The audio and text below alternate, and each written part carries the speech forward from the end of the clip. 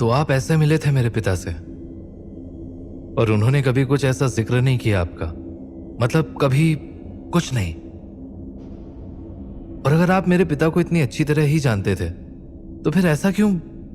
Inspector Dhirendra महाजन से उस रोज हुई मेरी मुलाकात पहली और आखिरी थी। आप उनसे एक ही बार मिले? नरेश, मैं जानता हूं तुम्हारे और तुम्हारे पिताजी की कुछ खास नहीं बनती थी।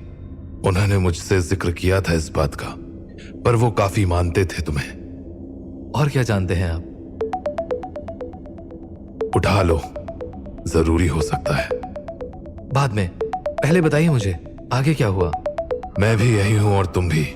उठा लो, कहानी उसके बाद भी जारी रहेगी। उठा लो नरेश। ये तो तुम्हारे बॉस का फोन है, बात करो।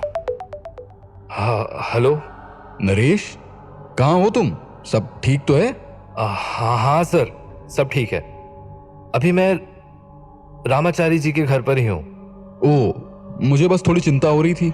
चिंता किस बात की? आप ही ने तो मुझे भेजा है यहाँ पे। यार नरेश, ये बात मुझे पहले बतानी चाहिए थी तुम्हें। क्या?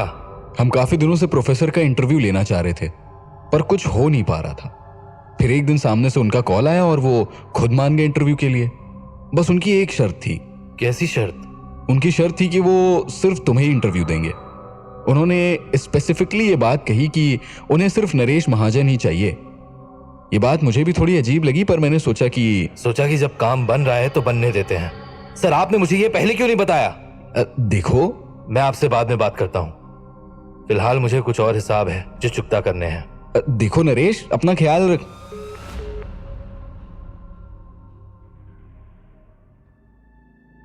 क्या हुआ नरेश?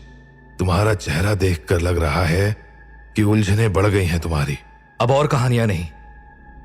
मेरा सिर्फ एक सवाल है आपसे। क्यों? चलो, ये तो अच्छा हुआ कि अब तुम्हें यह समझ आ गया कि हमारा मिलना कोई इत्तेफाक नहीं था, जैसे तुम्हारे पिता और मेरा मिलना कोई इत्तेफाक नहीं था।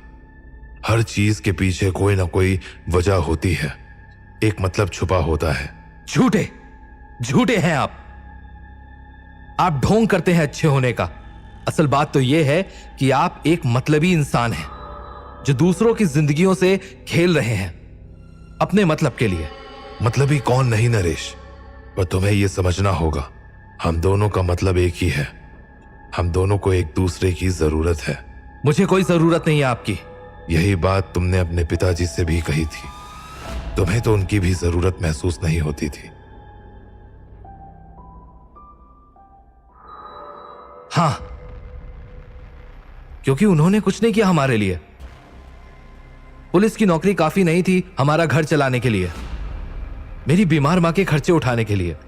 तुम्हारे पिता कम से कम एक ईमानदार इंसान थे, पूजा पाठ करते थे, धार्मिक और सीधे साधे व्यक्ति थे। तुम्हें तो खुश होना चाहिए। वो सब थे, पर ना तो एक अच्छे पिता और ना ही एक अच्छे पति। उन्होंने ना जीते जी हमें कुछ दिया और ना जाने के बाद हमारे लिए कुछ छोड़ के गए। यहां तुम गलत हो नरेश। मैं मिला था उनसे, मैं जानता हूं वो कितना सोचते थे तुम्हारे और तुम्हारी मां के बारे में। तुम्हें याद है उनकी मौत कैसे हुई थी? पूरी तरह तो नहीं, बस एक दिन खबर आई कि उनका एक्सीडेंट हो गया है। टक्कर इतनी तेज हुई थी कि वहीं पर। तुमने कभी जानने की कोशिश नहीं की? जितना उनके डिपार्टमेंट ने बताया, जितना हमने अपनी आंखों से देखा, उतना सच काफी था।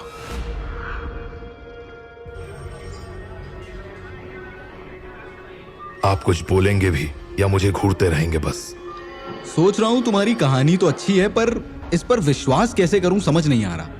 आपके विश्वास करने ना करने से कुछ नहीं बदलेगा इंस्पेक्टर जी। धीरेन्द्र महाजन जी, तो आपकी जो मर्जी। मैं बस इतना कहना चाहता हूं कि मैं बेकसूर हूं। मैं वहां बस मदद करने गया था। एक आत्मा की मदद? जी। ये बात मुझसे तो कह रहे हो, और किसी से मत कहना, वरना बेकार में पागल खाने में डाल देंगे और नारकोटिक्स वाले भी पीछे लग सकते हैं। जानता हूं, यकीन करने लायक बात भी नहीं है। वैसे पता नहीं क्यों, पर सच कहूं तो आप पर एक अजीब सा विश्वास आ रहा है प्रोफेसर। आपको देखने से लगता है आप एक नेक इंसान हैं। तो इस नेक इंसान को रिहा कर दीजिए बस। वो तो आप हो ही जाएंगे।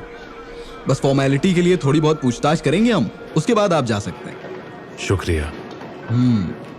तो चलिए एक बार शुरुआत से बताइए कैसे हुआ सब, और हाँ, ये आप जो भी कहेंगे वो सब ऑन रिकॉर्ड होगा। ठीक है इंस्पेक्टर,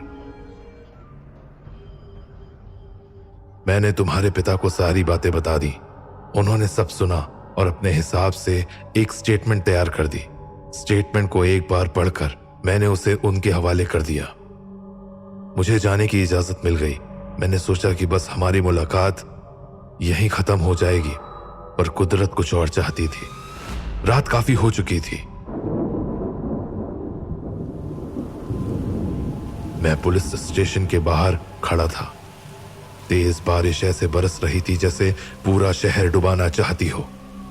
मैं वहां भीगता हुआ खड़ा ही था कि मेरी तरफ एक गाड़ी आती हुई दिखी मुझे। प्रोफेसर साहब, इस वक्त कोई सवारी मिलने से रही, आइए मैं आपको आगे तक छोड़ दूं। अरे नहीं, आप क्यों खामखा तकलीफ लेंगे? अरे कोई बात नहीं, आइए आइए, मैं भी उस तरफ जा रहा हूं। आओ। आ जाइए आ जाइए। जी शुक्रिया इंस्पेक्टर साहब।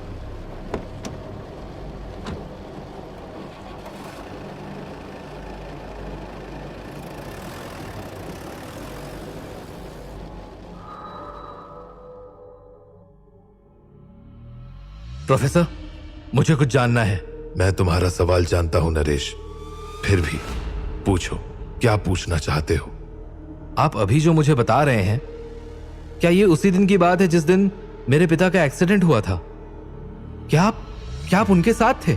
हाँ नरेश, अगर मैं बस साथ भी होता तो कोई बात नहीं थी, पर एक बोझ जो मैंने पूरी जिंदगी उठाया है वो ये है कि कहीं ना कहीं मैं तुम्हारे पिता की मौत का जिम्मेदार खुद को मानता हूं। क्या? कैसे?